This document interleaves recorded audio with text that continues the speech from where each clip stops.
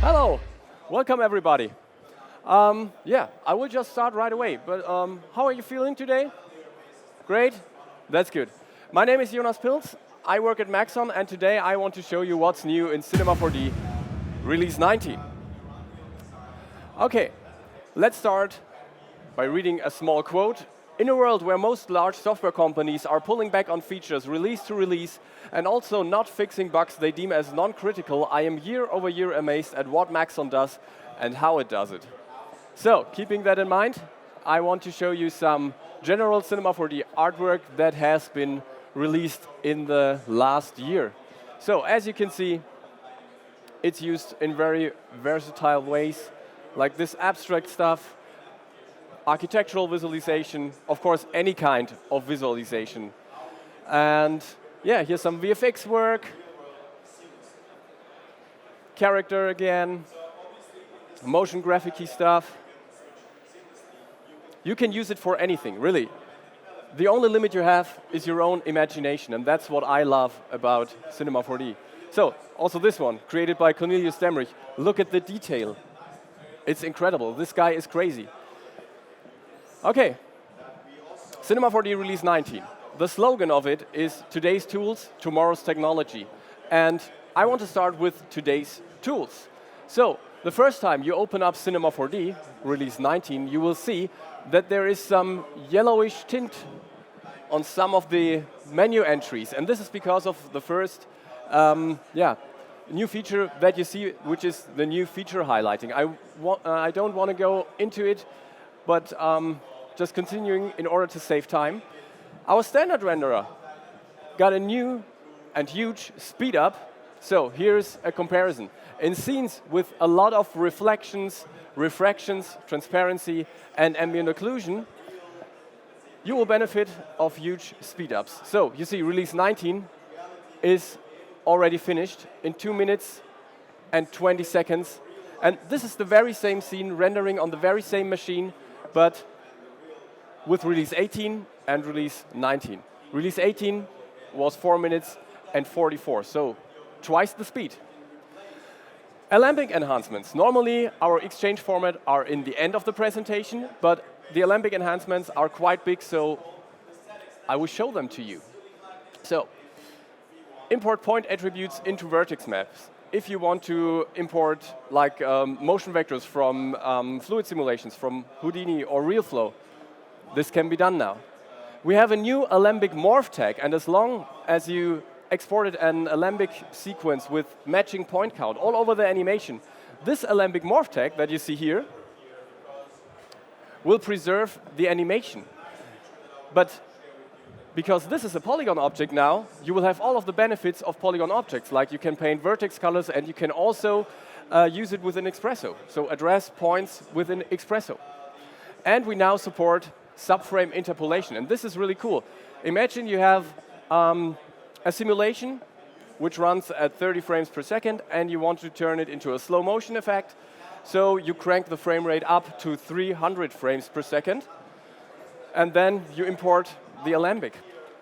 So what normally would have happened is what you see on top. So an update at every 10th frame, because the original frame rate was 30 frames per second. But with interpolation activated, it blends linearly between those frames that were exported. Really cool stuff. So the next thing that is really cool is the new object insertion behavior. Because what you can do now is you can select multiple objects, and as you hit Alt or Shift, you can create a new object, and this will be created as the parent or a child for every single selected object. I will show you what I mean. So, this is the scene. It consists of, I think it is 50 splines, yeah, 50 splines. And I want to turn them into sweeps. So what you can do now is you go to Sweep, and while you hold Alt, you create it, and you see here in the Object Manager that there is a sweep for every single spline. Now the sweep is selected, so what you can do now is you can create a profile. For example, the flower spline. Hold Shift while you create it, and you see that the flower spline is now a child of every single sweep. And this way you can create complex objects like this, really, within seconds. So it was just 4 clicks, right? And this was including opening the menus. OK, next thing, weighting improvements. So we improved our character workflow with the dancing guy here. And yeah, let's watch a video, and I will talk along. So, weighting improvements. What you can do now is you can right-click on any part of the mesh, and a context menu pops up, and you can choose from the splines that are bound to this part of the geometry. So you can select it, and then you can rotate it and directly check your weighting, for example. By holding Shift, you can smooth weights, which is also very important. Look at this. It works like a charm. It's really fast. And the last thing here is the weight picker. So if you hold Control and Shift while you're hovering over some parts of the geometry, you can pick the weight that is here on that specific part of the geometry. And this will be updated here. And then you can use it for painting weights. So also a very handy feature. Then we have overhauled our weight manager. So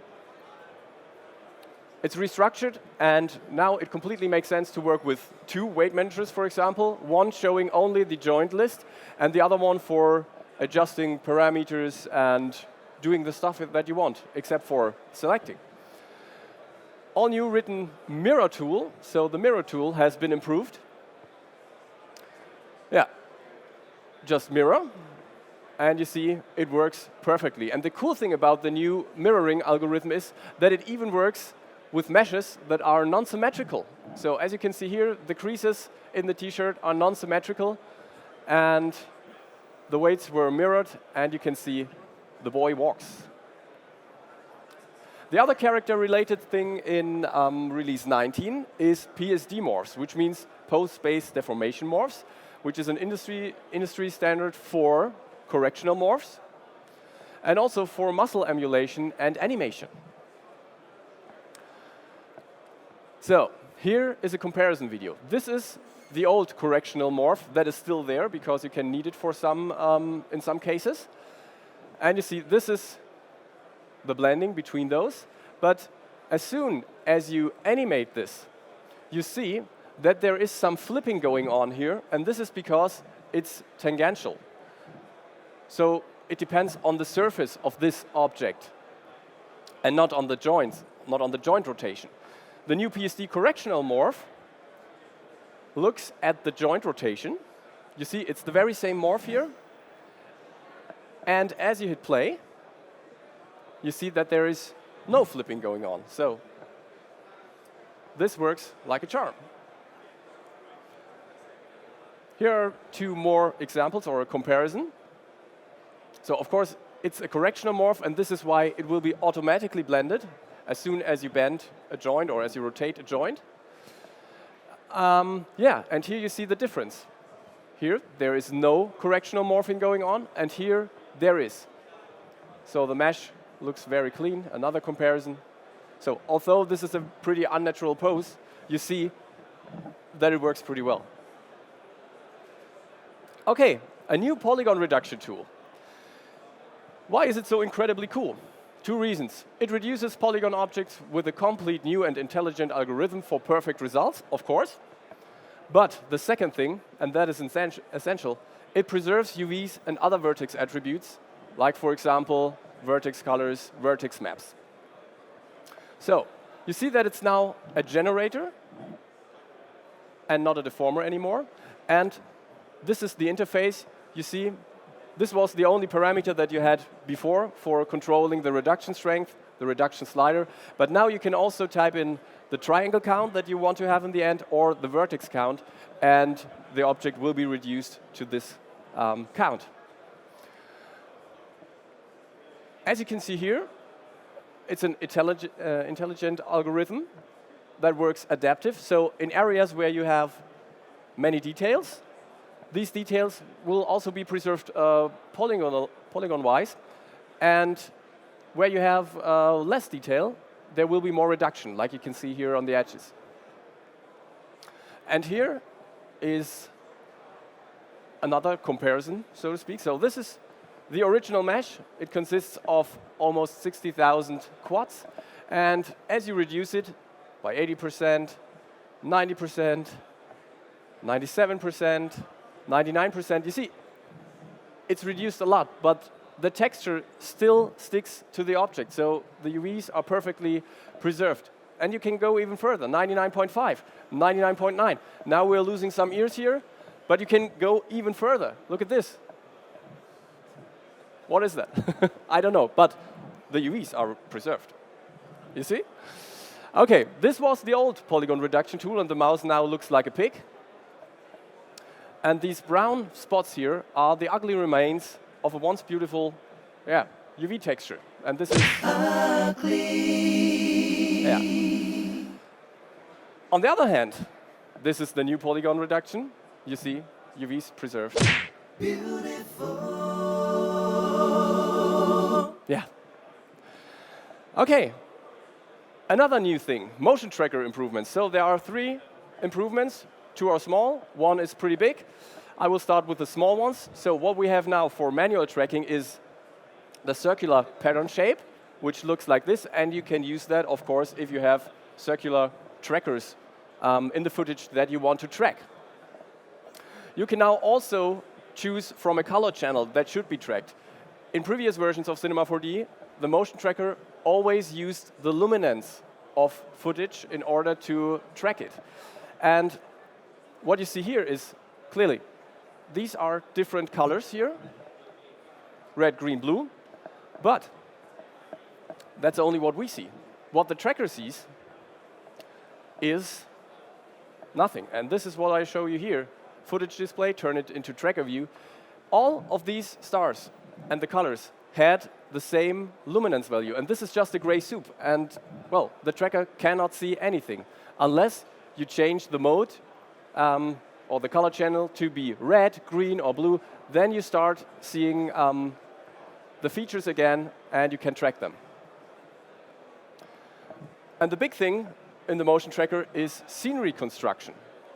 So until now, let's say this is our footage that we want to track. When we tracked it, this is what came out. You see a camera, and you see a cloud of nulls. But from here, what else do we need? Maybe better reference for orientation and placement of objects in the scene. Environments for reflections and shadow catching, and so on. And also collision geometry for for dynamic simulations. And this is what you can get out of the motion tracker in release 19. This is what scene reconstruction can do for you. It creates a point cloud with colored points, so you have a really good orientation in the scene. And you can also create a mesh for shadow catching, reflection environments, and also collision geometry. This is what the mesh looks like. OK, here are the parameters. Just choose a preset, maybe make some adjustments, and then create either a point cloud only or the mesh.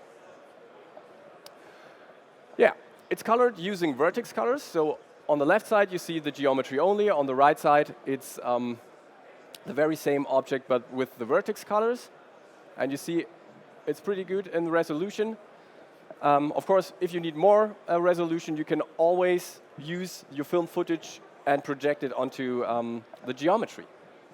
And here is another example that I want to go through pretty quickly, because otherwise I will run out of time. This is the point cloud of the shot. This is the mesh, the smooth version of it, without the vertex colors. And this is the finished result, the final result. With some chrome spheres, these are 3D. And now you see, for example, in this sphere, you see it here, that the wall that we have here, the fireplace, is reflecting in this side of the sphere. Also here, the back side of the fireplace is reflecting in these spheres. And this is the example for collision geometry. So I reconstructed the BMX parkour and filled it with some spheres. Yeah, and that's what you can come up with. Do you like it? Cool. Spherical camera, new in R19. So VR is everywhere. You see it everywhere, and what we did is, yeah, we created a spherical camera for you. So just create a normal camera object, and there is this new tab here that is called Spherical. And here you can enable the spherical camera. You can choose from different mappings, like lat long is what you see here, and different cube mappings. Yeah, and this is what you can come up with. Very useful for architectural visualization also. So you can show something to the client, and the client immediately knows what he will get in the end. Of course, it works in a stereoscopic way as well. So if you have anaglyph glasses with you, do you have? No. No, of course not. But then you could see it in 3D, or you can watch it on the Oculus Rift or a Google Cardboard or whatever 3D glasses you want to use. Yeah, and this is the same thing with an animation from Beeple. Yeah, this is what you can do with spherical camera. Sound effector improvements. So we completely reworked the sound effector, and this is why it comes with a completely new interface, and the algorithms also have been improved. It now loads the sounds from soundtracks and not from a file on the hard drive, so to speak. So you load the file into a soundtrack, and then you reference the sound from this soundtrack. And this way you can add just one audio file and use it in many sound effectors, for example. You can create multiple probes, so every single rectangle that you have here is one probe, so a sampling area that you can define. And you can control their distribution. So here we have 5 probes, and these are the different distribution types: iterate, distribute, and blend. And every single probe, of course, comes with its own properties. So you can use this knots here, for example, for rescaling the probe using drag and drop, or you can type in numbers in order to change the size numerically. You can choose a sampling mode for every single probe, and you can also add decay. So here is a video that I want to show you. This is what you can do with a sound effector in case you never used it.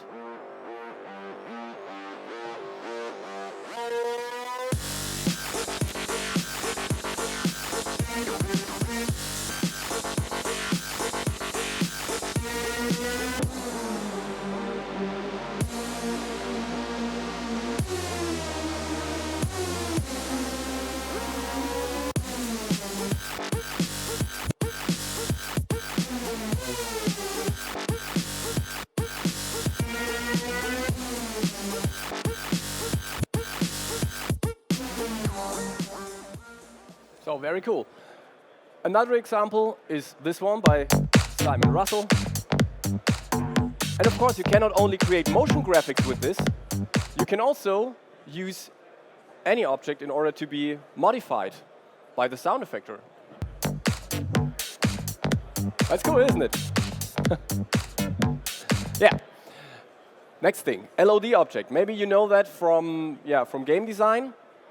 It's a technique that you use in order to have a better performance in your scene. So if an object is far away from the camera, there will be a very low poly version of it, and if you come close to it, there will be the high poly version of it. And this is exactly what the LOD object does for you automatically. So depending on camera distance or other criteria, you can swap objects, or you can add or remove object details. And of course, this works seamlessly with Mograph and the take system. So other criteria can be, for example, the size of the object in comparison to the screen size, or it can be a global criteria. So you can use it on every single LOD object in one go by adjusting it in the scene preferences.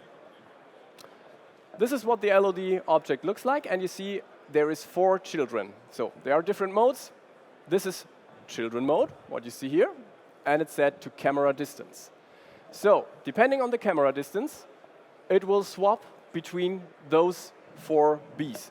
And these Bs are represented here. These are the level of details. So what can you do with that?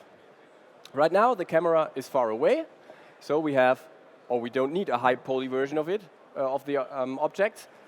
And this is the low poly version. As I come closer, take a look here, the honeycomb will be swapped, and also the bee will be swapped to the mid-level level of detail.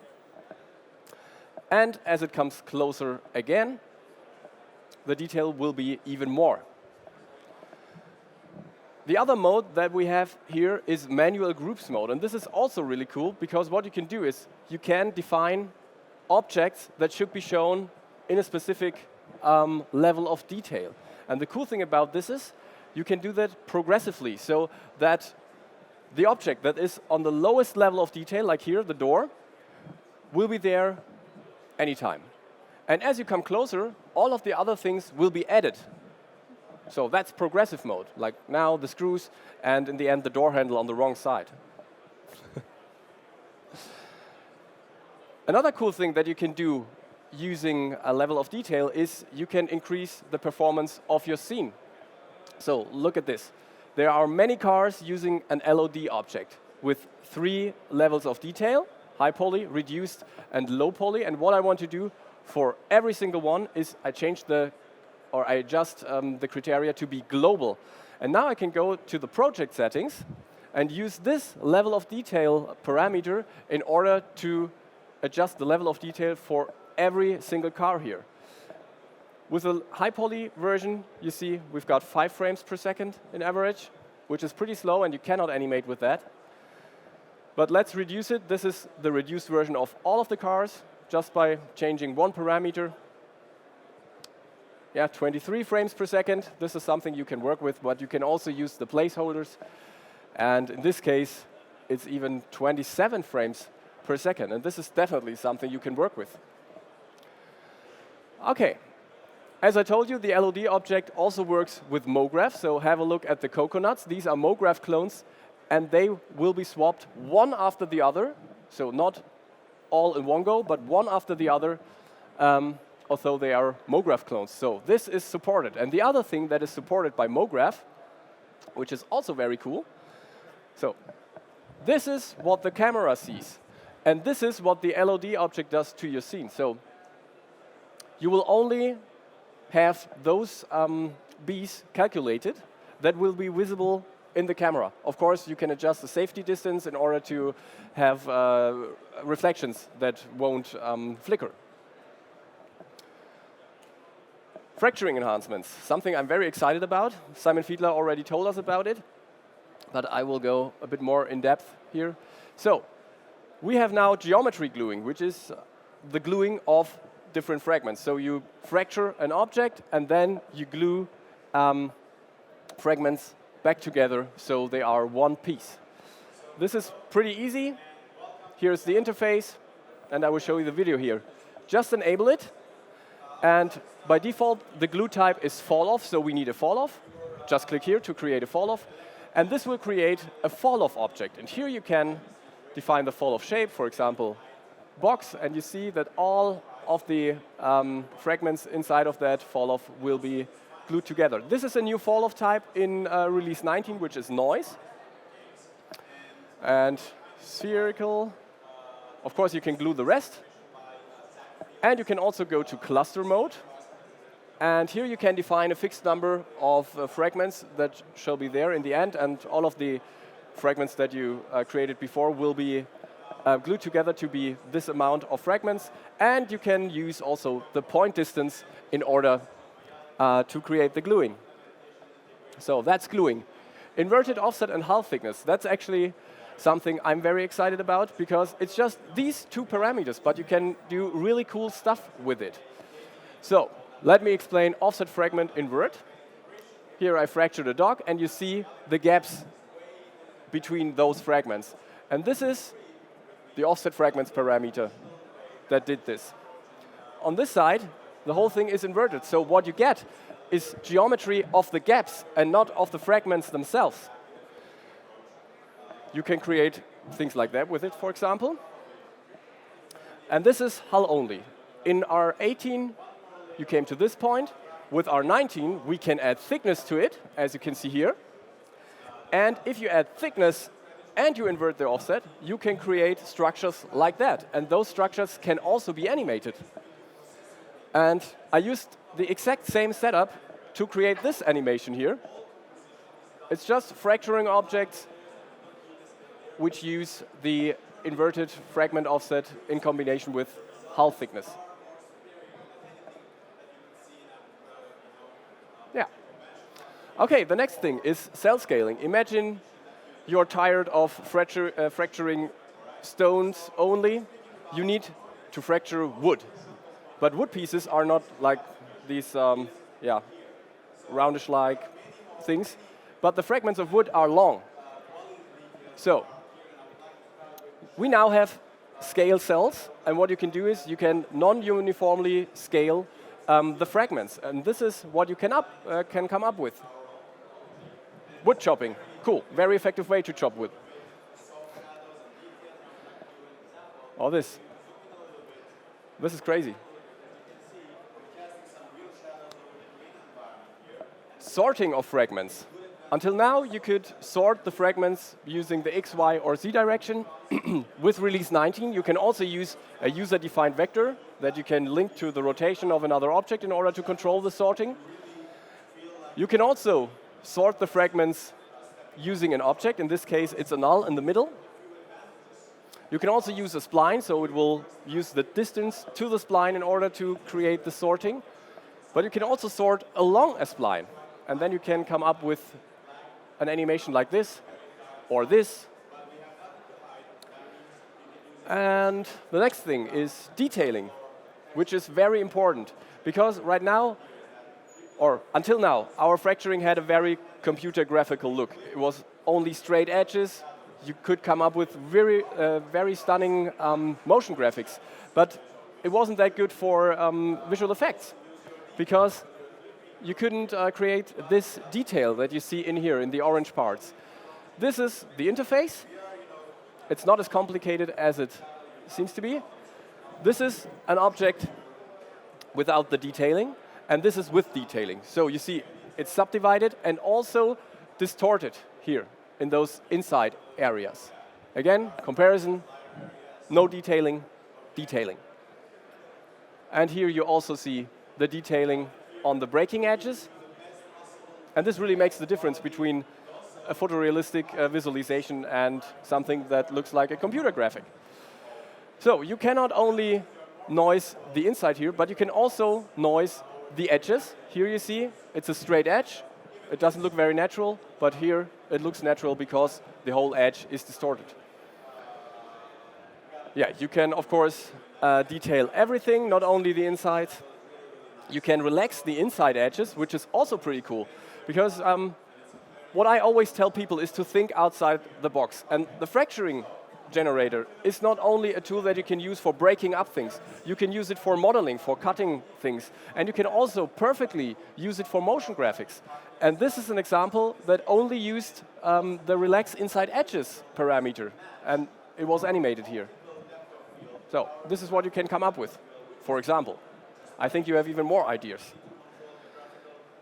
Yeah, you can control the strength of the whole thing using the noise strength, because all of the displacement here is controlled by noises. Another thing, think outside the box. Create an animation speed, and you see it looks like some cloth simulation going on here inside the fragments, or inside the object. And connectors. This is also really cool. Oh, yeah, let's see. Oh, now the animation doesn't work anymore. OK, what connectors do is they hold fragments together, adjacent fragments, until there is a certain force that can break them. And this is what you can see here, for example. So there's a chunk that falls down and breaks when it touches the ground. This is the interface, so just create a fixed connector, and this will create a connector, and this is the interface. And this is what you can come up with. So a bullet hitting a vase, just the top of the vase, will be fractured, but not the rest, because the force wasn't high enough to break it. But then it falls down, hits the ground, and the force is high enough to break it, and then it will break apart. So let's skip those two because I'm running out of time. The wall, of course, you saw it already. Look at this. It's really stunning. And this is a video Simon Fiedler created in combination with Can Erman. And everything you see here was done in Cinema 4D. There is no filmed footage in it. So it's also character animated in Cinema 4D.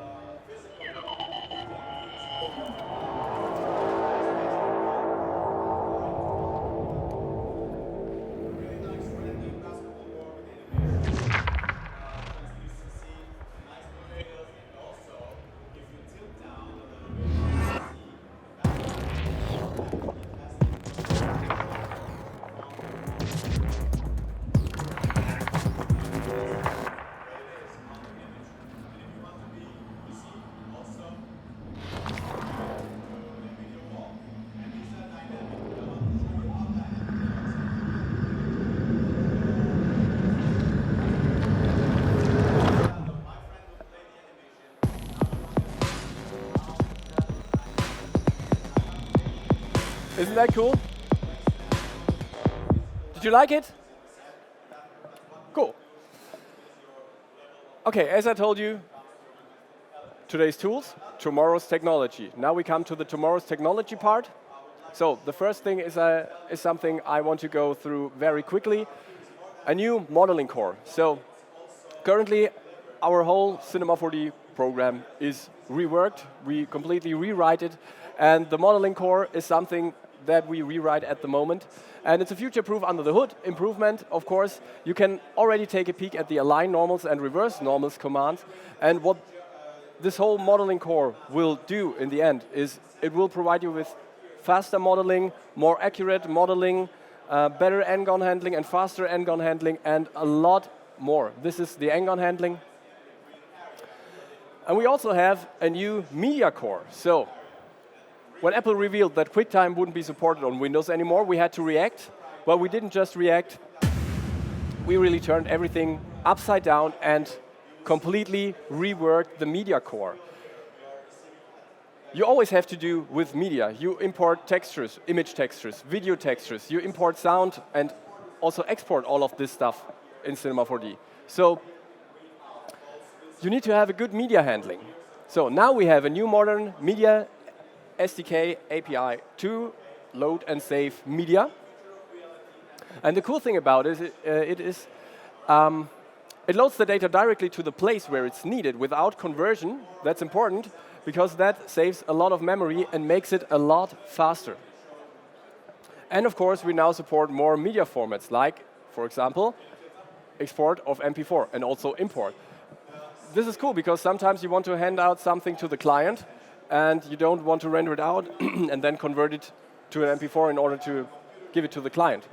Now, Cinema 4D does that for you. This is the interface. You see all of the formats that are supported.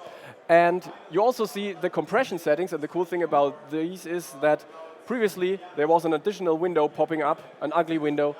And this is now a window that is layouted in the way the rest of Cinema 4D is. So you work in your environment that you know and also love, right? Yeah.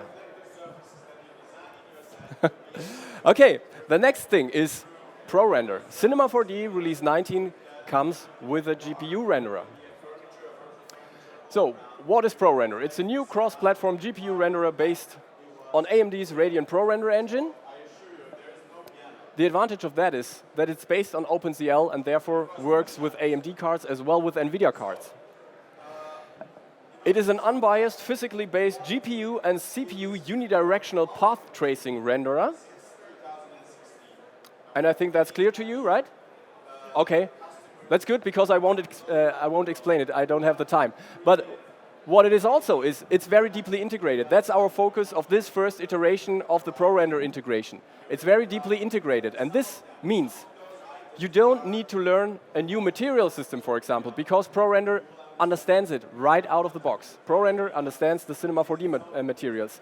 You also don't have to create tags for lights and cameras because ProRender understands the Cinema 4D objects. of course, you need to stick to a physically based workflow in order to create photorealistic results. That's why we created a new PBR material, which is basically just a new preset of a material. So there's no color channel activated. Instead, we have a default diffuse layer with, is this a Lambertian diffuse? This creates a real 100% rough reflection. Everything you see here is a reflection, even the carpet. Everything reflects the light. So this is what you should use for ProRender. And also the physically based light, which is also a new preset. And it is an area light with area shadows, of course, and some other settings that are important for physically plausible lights. For example, the inverse square fall-off. These are the render settings. You can see you can adjust the quality. So basically, a GPU renderer works like this. It renders the whole image in one go, but it increases the quality as it renders. So in the beginning, it's grainy, and it gets less grainy as you let it render. And the iteration count and the anti-aliasing samples, for example, are those parameters that are, so to speak, the quality sliders of it. So finally, I show you an image. Yay! ProRender Interactive Preview. Let's have a look at this. So with ProRender selected in the render menu, you just choose Start ProRender from the Viewport menu.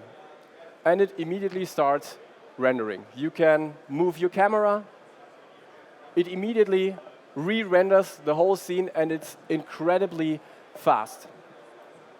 So, of course, you can also turn on depth of field in the preview. It looks much more realistic. And really, what you see here, that's almost real time. So within seconds, you can tell if this is the look you want to achieve or not. So this will change the life of many 3D artists because they don't have to wait for renderings anymore. And this will also change their appearance because they don't have the time to grab a coffee anymore. Yeah? Okay, so what if the art director or the product designer sits in your back and he says, well, make some color iterations. Make it red. Then you make it red, and you see it immediately re-renders, and you can immediately see the new color of it. Then he says, OK, I don't like red. Maybe let's make it green or blue. And you just drag the sliders, and it updates immediately. And that's a really great workflow for shading and lighting. Very effective. OK, of course, you can also rearrange your scene with ProRender activated. It's slower than OpenGL, of course, because it has to push all of the stuff to the GPU memory again. But it works. And if you let it render for some time, also in the viewport, and you're satisfied with this, you can go to the ProRender menu here, send to picture viewer, and will automatically send the picture to the picture viewer, and you don't need to re-render it in order to give it to your boss, client, or whoever.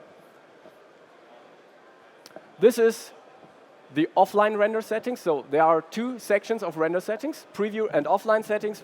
Preview is the interactive preview, what I showed you right now, and offline is rendering to the picture viewer. So final output. Here we have firefly filtering, for example, and we also have bucket rendering if you want to create an image that has a large resolution, like 15 or 16K by 16K or so. This is a comparison between physical renderer and ProRender. Both scenes, or this scene has been built using a physically based setup, so physically plausible materials and lights. And it took physical renderer almost 10 minutes to render this, and ProRender almost 1 minute. And you see, they are almost looking the same. Of course, it's two different renderers. That's why the results look different. But the quality in terms of noise here is pretty much the same. OK, what you need to know about the ProRender integration in Cinema 4D Release 19 is that this is just the beginning. So ProRender is a new and modern engine. And this means it's still work in progress. So AMD will further develop it, as well as we will further develop our integration of ProRender into Cinema 4D. So what you can look forward to is new features in upcoming releases, and also performance boosts and stuff like that. But now you might ask yourself, well, if it's not feature complete already, why did you integrate it? And the reason for it is that you can already create great product visualizations with it. And I will show you some images. So this is what you can do with it. Or this. Or that.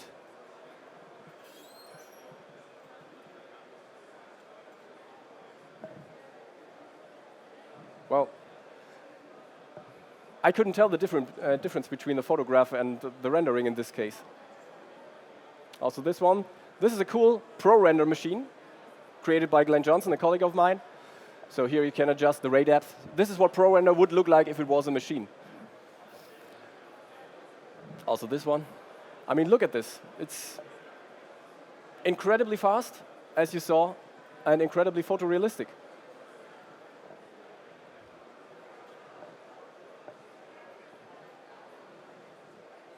Do you like it? Good. I'll show you some more pictures, okay? Yeah, good. So, do you notice something here? I give you a hint.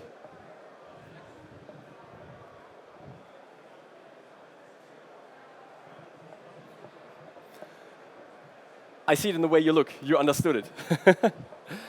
This is not ProRender anymore. This was a viewport rendering. So, this is the quality we have in the viewport of R19. You see depth of field, for example, and there's also a quote by Kai Tennemann, who said, this viewport depth of field is burner. I used it in the last project as emergency makeshift because 2 overnight renderings were wrong and I had to give some visuals to the client. I just put some small compositing effects on it. I guess it was lens flares. And after informing the client that it's just a preview, I was told that they are already happy with it as is. They said I could hand in the rendered version later, but they actually don't need it. And that's a statement. OK, what is new? Some improvements to reflections, screen space local reflections, which are actually object reflections. Objects can be reflected by other objects in the viewport, and depth of field. Here's a small video that shows everything. So here you can see the depth of field in real time.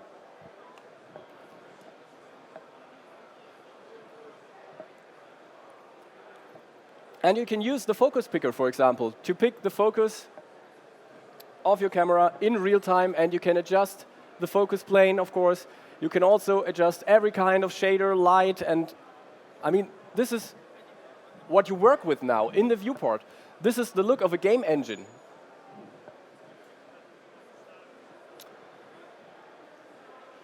Related to depth of field again, real-time bokehs, as you can see here, and you can also change the diaphragm shape. These are the screen space reflections, so real-time reflections of objects. And area lights are also reflected, rectangular area lights. So you can do light tunneling for cars, as you saw before, and there's also roughness map support for the reflections. Here you can see it. So you can add noises to all of your textures, and it just looks amazing.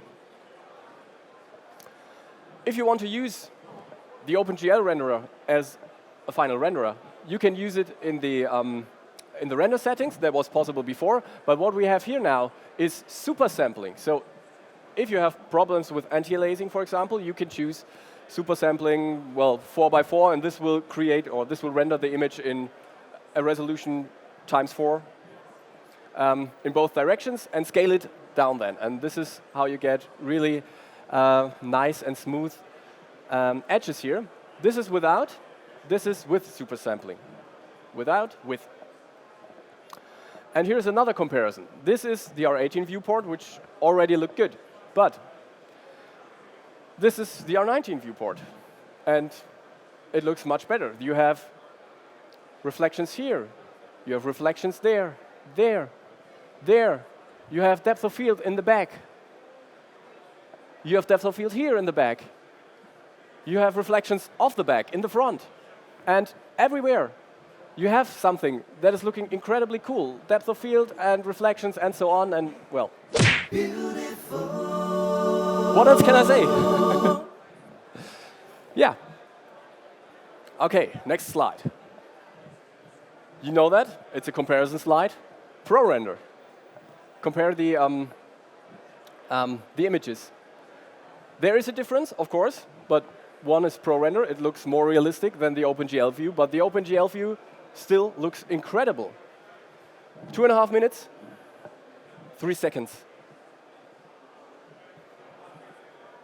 Yeah, that's true. That's true.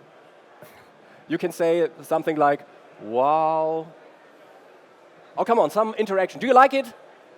Okay. Super. Viewport. It looks like a game engine. Also, OpenGL rendering. OpenGL rendering. So, in some cases, really, there is no need to have this long render times anymore. Also this one. It's just amazing, really. Okay, now that we have all of this cool stuff inside of Cinema 4D, what about the viewport in BodyPaint 3D? Of course, we integrated it all into BodyPaint, into the BodyPaint viewport as well. So now you can work with all of the improvements that we had in R18 and also with the improvements from R19. So this is the quality that you can have now while you paint objects in BodyPaint. And even here, it's almost photorealistic. So good. Okay, another video. Let's see if I run out of time. No, I'm pretty good today. Pretty good in time. So here's another video with a game character. And this video will show you what you can paint within the BodyPaint viewport with release 19. So color, of course, that was possible before. Reflectance layer color and every other reflectance channel as well. Like, for example, the roughness of a reflection can now be painted in BodyPaint, live in the viewport. Transparencies and alphas. You could paint it before, but you didn't see anything. Then we have an improved display of bumps and normals. And the last thing here, that is also really cool, is that with viewport tessellation, you can also paint displacements in BodyPaint, live in the OpenGL viewport. Other changes. This was the big cake. Here are the leftovers that are still tasty, trust me. Exactly 100 new assets in the content browser, plus fixes. I counted them. So, team render improvements, bind multiple objects to joints in one go. That wasn't possible before. Unclamped vertex colors, also really cool. The new fall of type noise that I mentioned earlier. Small UV editing improvements. We have a new Maxon learning entry in the help menu. And instant material update in the viewport, which is also very nice. A new environment variable for scripts, which is also pretty handy. Overall stability improvements in character animation, and so on and so on. We updated the exchange formats, so everything is just fine here. But I have one more thing to tell you, because many people don't know it, but they are there for still some time. And what I'm talking about is short-term licenses. So did you know that we have short-term licenses? Come on, at least some reaction would be cool. Okay, so you can have Cinema 4D for 3 or 6 months. And if you need it for another 3 or 6 months, you can easily extend the license. It works single seat or floating, depending on your needs, of course. Serial-dependent plugins work with it. And this is very important when you are in production, for example. And you always are in production. Switching from short-term to perpetual is easy and can be done whenever you want, including a huge discount, depending on how many short-term licenses you bought before. And guess what comes next? It's beautiful. Okay, that's pretty much the end of my presentation, so I say thank you. If you have questions, like any questions, you can ask me any question, and I will answer those questions that are related to Cinema 4D Release 19. Yeah.